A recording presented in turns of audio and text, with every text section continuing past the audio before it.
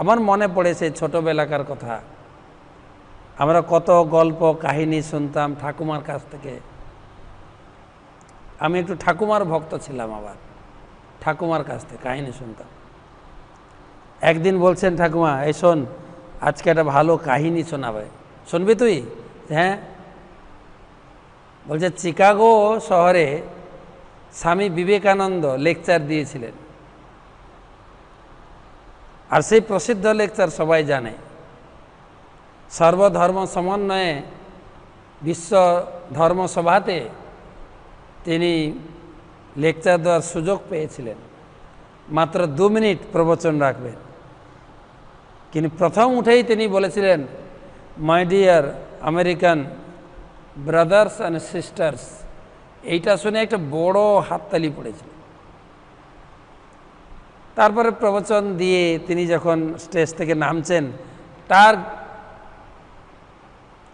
এ উজ্জ্বল ভাস্কর প্রবচন শুনে যখন তিনি স্টেজ থেকে নামছেন,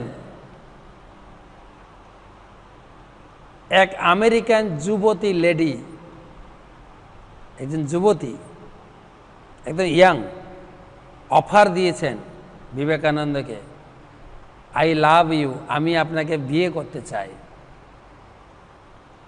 তো বিবেকানন্দ দেব কিছুটা থমকে গিয়েছিলেন। কিছুক্ষণ পরে তিনি তার কথার উপরে রেসপন্স করেছিলেন, উত্তর দিয়েছিলেন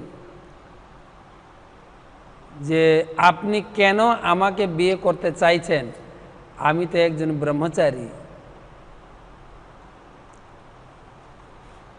তো মহিলাটি তার মনের ভাব ব্যক্ত করেছিলেন। তিনি বলেছিলেন, আমার ইচ্ছা আপনার মতো একজন জ্ঞানগর্ভ উজ্জ্বল সন্তান লাভ করা। আমি আপনার মতো একটি উজ্জ্বল সন্তান পেতে চাই, আর সেটা তখনই সম্ভব হবে যদি আপনাকে বিয়ে করি। তো বিবেকানন্দ কিছুক্ষণ থমকে গিয়ে তারপরে বলেছিলেন, আপনার মনোবাসনা পূর্ণ হওয়ার আরেকটি তো উপায় আছে। ভদ্রমহিলা জিজ্ঞাসা করলেন, কি সেই উপায়? বলছে, আপনি মনে করুন আমি আপনার ছেলে, আর আপনাকে আমি মা বলে ডাকবো, তাহলে আপনার যে মনের ইচ্ছা সেটা পূরণ হবে, আর আমার ব্রহ্মচর্য জীবনটাও ঠিক থাকবে। তো এইটা বলার পরে ঠাকুমা বলতেন, এই হচ্ছে মহাপুরুষদের জীবনী, যে বিভিন্ন জায়গা থেকে, বিভিন্ন পারিপার্শ্বিক পরিস্থিতি থেকে অনেক প্রকারের কুপ্রস্তাব, নোংরা আবর্জনা তোমার দিকে কেউ ছুঁড়লেও সাধুদের চরিত্রে দেখা যায় তারা প্রভাবিত হন না। তিনি এর সঙ্গে আরেকটা লিঙ্ক করতেন, জুড়ে দিতেন, বলে দেখ, বিশাল সমুদ্রের জলরাশি একটা জাহাজকেও ডুবাতে পারে না যতক্ষণ জাহাজটা ফুটো না হয়। অর্থাৎ তুই যদি ঠিক থাকিস তাহলে চারিদিক থেকে নোংরা আবর্জনা অফার বা কেউ কিছু তোমাকে দিলেও তুই যদি শরীরের ভিতরে না ঢুকাস, তুই কখনো খারাপ হবি না, তোকে শক্ত থাকতে হবে। এই সাধু পুরুষদের সঙ্গের মাধ্যমে জানা যায়। অম্বরীশ মহারাজ ছিলেন মহান ব্যক্তিত্ব। আপনার ইতিহাসে বা ভাগবতমে তার কাহিনী শুনবেন। অম্বরীশ মহারাজ মহান ভগবানের ভক্ত ছিলেন এবং পৃথিবীর সম্রাট ছিলেন, সম্রাট অম্বরীশ মহারাজ। কিন্তু তার ভাই সঙ্গদোষের প্রভাবে পাপরাজ, তিনি পাপ কার্যে লিপ্ত হয়েছিলেন। অম্বরীশ মহারাজ অনেক প্রচেষ্টা করে তার ভাইকে উদ্ধার করার লক্ষ্যে তার দরবারে নিয়মিত নারদমণি আসতেন। নারদমণির কাছে নিবেদন করলেন, হে প্রভু, অহোভাগ্য যে আমার গৃহে আমার রাজদরবারে এসে আপনি ভগবানের অপ্রাকৃত কথা মহিমা কীর্তন করেন, আমি ধন্য। কিন্তু আমার একটা বিশেষ নিবেদন, আমার ভাই সে দুসঙ্গ প্রভাবে পাপাসক্ত হয়েছে, আপনি যদি একটু কৃপা করে তাকে উদ্ধার করেন তাহলেই সম্ভব হবে। কেন শাস্ত্রে বলা হয়েছে, বৈষ্ণবের আবেদনে কৃষ্ণ দয়াময়। বৈষ্ণব যদি ভগবানের কাছে কিছু কারো হয়ে নিবেদন করেন, ভগবান শোনেন। বৈষ্ণবের আবেদনে কৃষ্ণ দয়াময়, এহেন পামর পতি হবে না সদয়। বৈষ্ণব যদি কারো হয়ে ভগবানের কাছে প্রার্থনা করেন, ভগবান তার প্রার্থনা শোনেন। তাই হে প্রভু, আপনি যদি একটু কৃপা দৃষ্টি করেন আমার ভাইয়ের প্রতি, আমার ভাই উদ্ধার পেতে পারে। নারদমুনি বললেন, আমি প্রয়াস করতে পারি। তো একদিন নারদমুনি যাচ্ছেন তার ভাইকে উদ্ধার করার জন্য, আর তার ভাই মদিরা পান করে পুরো 5 আঙ্গুলের সেবা। বিভিন্ন সেবার মান আছে, কিন্তু এটা হচ্ছে 1 আঙ্গুলের সেবা, ঠিক আছে? এটা বলে 2 আঙ্গুলের সেবা, 3, এটা 5 আঙ্গুলের সেবা। মদিরা পান করে তারপরে মহিলাদের সঙ্গে উলঙ্গ হয়ে জল কেলি করছেন, আর সেই পথ দিয়ে যাচ্ছিলেন নারদমুনি। নারদমুনি তো চুপচাপ যান না, তার হর্ন বাজিয়ে বাজিয়ে চলেন, নারায়ণ নারায়ণ নারায়ণ বলতে বলতে ওই পথ দিয়ে যাচ্ছেন। আর তাকে দেখে মহিলারা খুব সংযত হয়ে গেছেন, তারা উঠে বস্ত্র আচ্ছাদন করে শরীরের লজ্জা নিবারণ করেছেন। কিন্তু ভাই এতটাই নেশাগ্রস্ত ছিলেন, নারদমুনির আগমনটাও তার কাছে প্রভাবিত। উনি দেখছেন, আরে এখানে কি আবার নারায়ণ নারায়ণ করে, কে এসে খুব তাড়া করেছেন। নারদমুনি বলে চিনতেই পারেননি, তাড়া করেছে। আর নারদমুনি তো ভয়ে ওখান থেকে অম্বরীশ মহারাজের কাছে গিয়ে বললেন, তোমার ভাইকে আমি পারলাম না। অম্বরীশ মহারাজ চরণ জড়িয়ে ধরে বারবার আকুতি করলেন, প্রভু আরেকবার চেষ্টা করুন, আপনি কৃপা দৃষ্টি করলে সবই সম্ভব। তো তখন আরেক দিন গেছেন।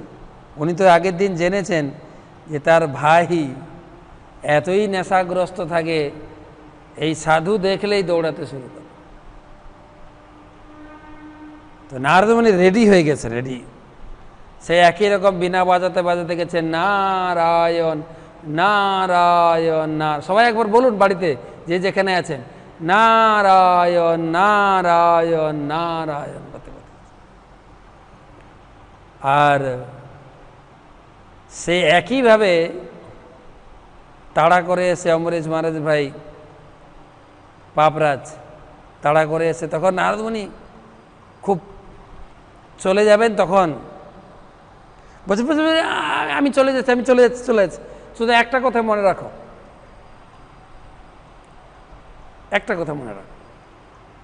তুমি যখন মারা যাবে তোমাকে যমরাজ ধরে নিয়ে যাবে। যমরাজ যখন তোমাকে জিজ্ঞাসা করবে যে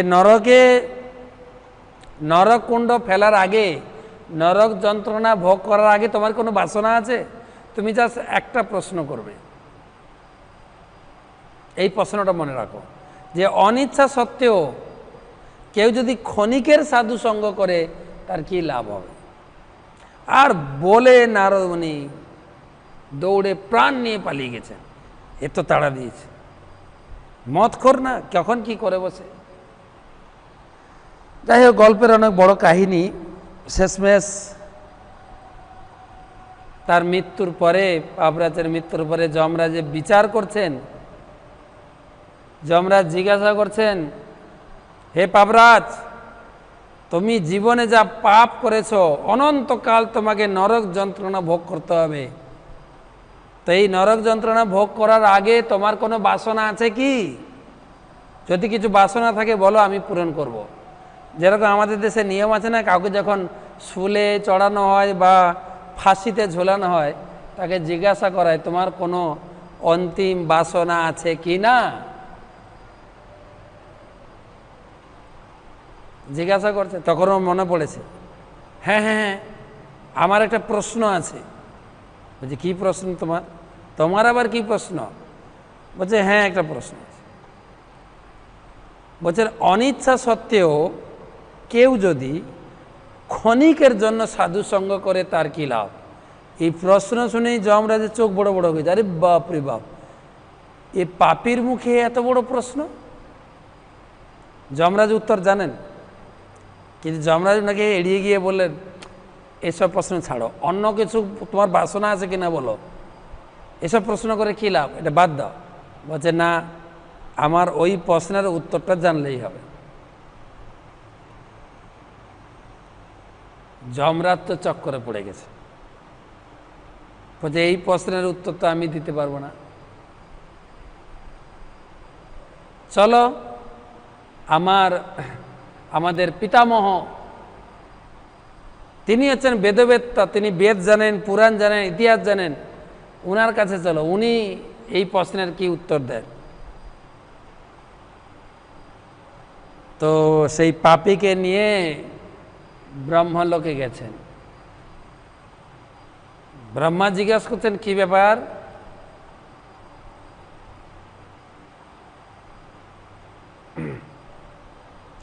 বিচারক যমরাজজি, আপনার এখানে আগমনের হেতু? বলছে, এই ব্যক্তি আমার একজন নরকের সদস্য, সদ্য নরকবাসী হয়েছেন, ওনার একটা প্রশ্নের উত্তরের সমাধানে আপনার কাছে আমাদের আগমন। কি সেই প্রশ্ন? প্রশ্ন হচ্ছে অনিচ্ছা সত্য। বলে, তুমি বলো, বলো কি প্রশ্ন বলো। বলছে, পিতামহ, আমার একটা ছোট্ট প্রশ্ন। কি প্রশ্ন? না, অনিচ্ছা সত্ত্বেও কেউ যদি ক্ষণিকের জন্য সাধু সঙ্গ করে তার কি গতি? ব্রহ্মা শুনে বলছে, আরে বাপরে বাপ, এই পাপীর মুখে এত বড় প্রশ্ন। ব্রহ্মাজিও এড়িয়ে গেলেন। এই অর্থে ব্রহ্মাজি জানেন উত্তর। ব্রহ্মাজি বলেন, আমি এই উত্তর দেওয়ার জন্য প্রস্তুতি নই। তো আমরা চলুন, ভাগবত কথাকার শ্রী ভোলানাথ কৈলাস ধামে চলুন, ভোলানাথের কাছে এই প্রশ্নের উত্থাপন করা হোক। ভোলানাথের কাছে গিয়ে পৌঁছেছেন। শিবজি শুনেই থতমত। বলছে, আমরা সবাই একটা কাজ করি না, আমাদের প্রভু, আমাদের আরাধ্য দেবতা ভগবান শ্রী নারায়ণের কাছে গিয়ে এই প্রশ্নে উপস্থাপন করা যাক। ব্রহ্মা, শিব, যমরাজ আর সে পাপী গিয়ে বৈকুণ্ঠ লোকে পৌঁছেছেন। বৈকুণ্ঠ লোকে পৌঁছে ভগবান নারায়ণকে প্রণাম করেছেন, স্তবস্তুতি করেছেন।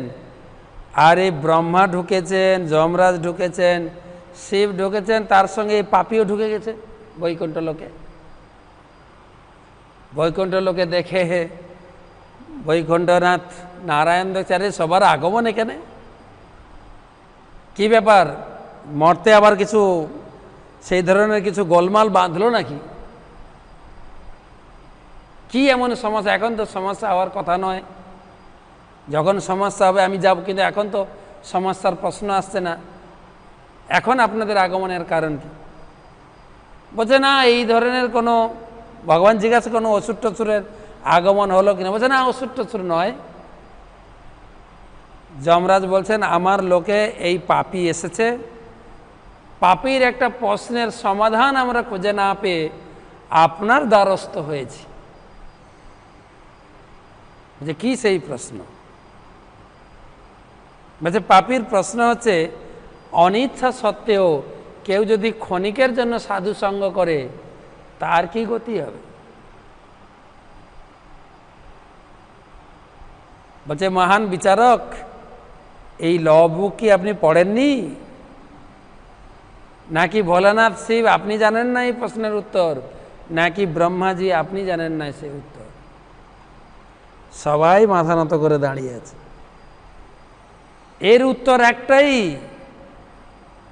পরের শ্লোকে আসবে, যৎগত্যা ন নিবর্তন্তে তদ্ধাম পরমং মম। এর উত্তর হচ্ছে এ আমার ধামে পৌঁছে গেছে আর এখান থেকে ও ফেরত যাবে না। উত্তরটা কি হলো তাহলে? না আমার ধামে পৌঁছে গেছে, আর আমার ধামে যে পৌঁছায় সে তো ফেরত যাবে না। এখানে গুরুত্বপূর্ণ দিকটা দেখেন, আমরা হরিনাম করছি, একাদশী ব্রত করছি, কত ব্রত তপস্যা, গীতা পাঠ করা, এটা করা, অনেক কিছু করছি, আমরাও ধীরে ধীরে ভগবত ধামে পৌঁছাবো। কিন্তু যে সাধু সঙ্গের মাধ্যমে ভগবত ভজন করে, এখানে বলছে সঙ্গ, যে সৎসঙ্গের মাধ্যমে কলিযুগের যুগ ধর্ম নাম সংকীর্তন, বা আরেক জায়গায় বলা হয়েছে সাধু সঙ্গে কৃষ্ণ নাম এই মাত্র চাই, সংসার জিনিতে আর কোনো বস্তু নেই। হরিনাম করবেন সাধু সঙ্গে, গীতা পড়বেন সাধু সঙ্গে, পাঠ শুনবেন সাধু সঙ্গে, প্রসাদ সেবন করবেন সাধু সঙ্গে।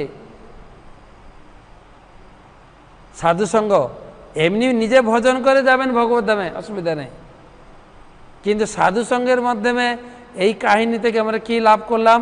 সাধু সঙ্গ করার ফলে সে মোটামুটি যমলোকটাও ঘুরেছে, আবার সাক্ষাৎ যমরাজকে সঙ্গে নিয়ে ব্রহ্মলোকটাও ঘোরা হয়েছে, আর ব্রহ্মলোক যেতে যেতে স্বর্গমর্গ সব ঘুরে ঘুরে গেছে দেখে দেখে। কার সঙ্গে ঘুরেছে? যমরাজ তাকে নিয়ে ঘুরিয়েছেন। এবারে ব্রহ্মাকে সঙ্গে নিয়ে গেছেন কৈলাস লোক, কৈলাস লোক দর্শন করেছেন, ব্রহ্মা তাকে সঙ্গে নিয়ে গেছেন। আবার শিব তাকে, যমরাজ, ব্রহ্মা, শিব তিনজন তাকে গার্ড দিয়ে নিয়ে গেছেন বৈকুণ্ঠ লোকে। আপনি সুরক্ষিতভাবে যাবেন, আপনি একা যাবেন না।